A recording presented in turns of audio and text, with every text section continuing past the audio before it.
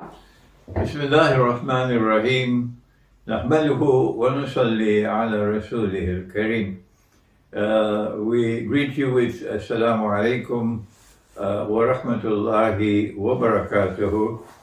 It was today the 9th day of the month of Shaban. Tonight is the 10th night of the month of Shaban, and so we make the dua. Allahumma barik lana fi Rajabin wa Shaban wa balighna Ramadan. This brief video is to inform you that, alhamdulillah, I have completed my lecture tour of Scotland, a lecture in Edinburgh, a lecture in Glasgow, and a lecture in Inverness, and there's been a request for me to return. So I'll return to Glasgow on the 2nd of April to give a lecture on the Quran and Ramadan, and that lecture will be repeated in Inverness on the day before, on the 1st of April, the Quran and Ramadan. If you're in Edinburgh, you simply have to drive maybe 45 minutes to Glasgow, and you'll be able to attend that lecture. And also, my books were not available on this tour of Scotland, but when I come back in April, you can get the books, inshallah. And I have a lecture in Manchester on the 10th of March. What is the topic now? On the Quran and the return of the Malhama and the implications of the return of Jesus, of Nabi Isa alayhi salam. A fascinating topic. This will be March the 10th, which is probably a Friday, Jummah, Salatul Jummah, Yawmul Jummah, the 10th. And we don't have the location confirmed as yet, but just look for a video on my YouTube channel if you're in Manchester or in Nelson. The lecture will be in Nelson. And of course, we're preparing now for that big lecture in Birmingham. And let me share with you my view that this lecture in Birmingham on March the 19th, Sunday, March the 19th, an Islamic eschatological analysis of the Russia-Ukraine war. This is the topic on the front burner. The war in Ukraine is on the front burner of all political analysts, all military analysts, all analysts in strategic affairs around the world. This is number one subject around the world.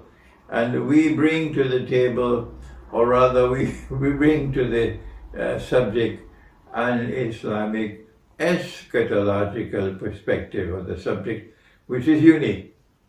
I don't know if there are any other scholars, Islamic scholars, who are doing this, but alhamdulillah, that we thank Allah who has blessed me to be able to do this. So I'm looking forward to see you on Sunday the 19th in Birmingham for that lecture. Let me give you an appetizer, and that is that this war is already changing the world. The last 300 years has witnessed a world in which the West, or Western civilization, has dominated the stage of the world. And this war is already showing evidence of changing that 300-year history. That's the first unique thing about this war, that the unrivaled Western dominance over the world is now coming to an end. And there are so many in the world of the poor and the destitute who are saying, thank Allah, thank Allah, thank Allah for this day. That the world of Western dominance is now coming to an end. And there's going to be a different world. and consequence of this war. How long will this war last? I don't know. No one knows. But there is certainly the outcome of the war we can share with you, which I've already done in previous videos, and that is to say as emphatically as I can from the Islamic eschatological perspective that Russia cannot be defeated in this war. What are the implications of a Russia-Ukraine war in which Ukraine is supported by NATO, with everything that NATO has to do to give to support, and yet Russia cannot be defeated? What are the implications of such an outcome of this war? I've already said to you the first thing is that the world is changing and it's no longer going to be a world in which the Western world will be dominant. When you come to the lecture in Birmingham, I have more insights to share with you on this subject.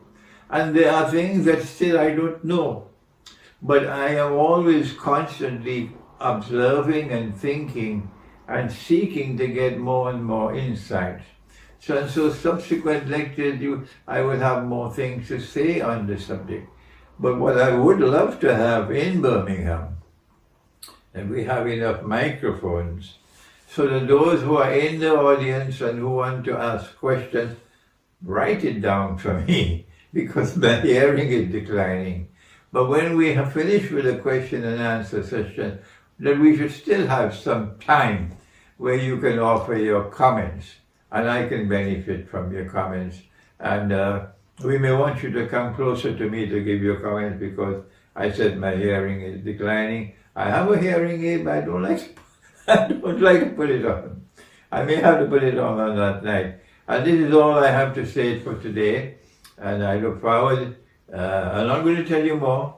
I look forward to meeting with you and to hearing your views, as well as to give you a chance to listen to my insights on the subject of the Islamic eschatological analysis of the Russia-Ukraine war. Thank you. Wassalamu alaikum wa rahmatullahi wa barakatuh. إلهي لست للفردوس أعلى ولا أقوى على نار الجحيم.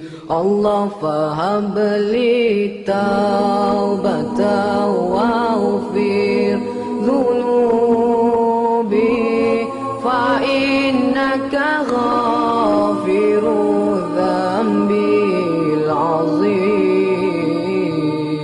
إلهي لست للفردوس أعلى ولا أقوى على نار الجحيم. الله فهب لي توبة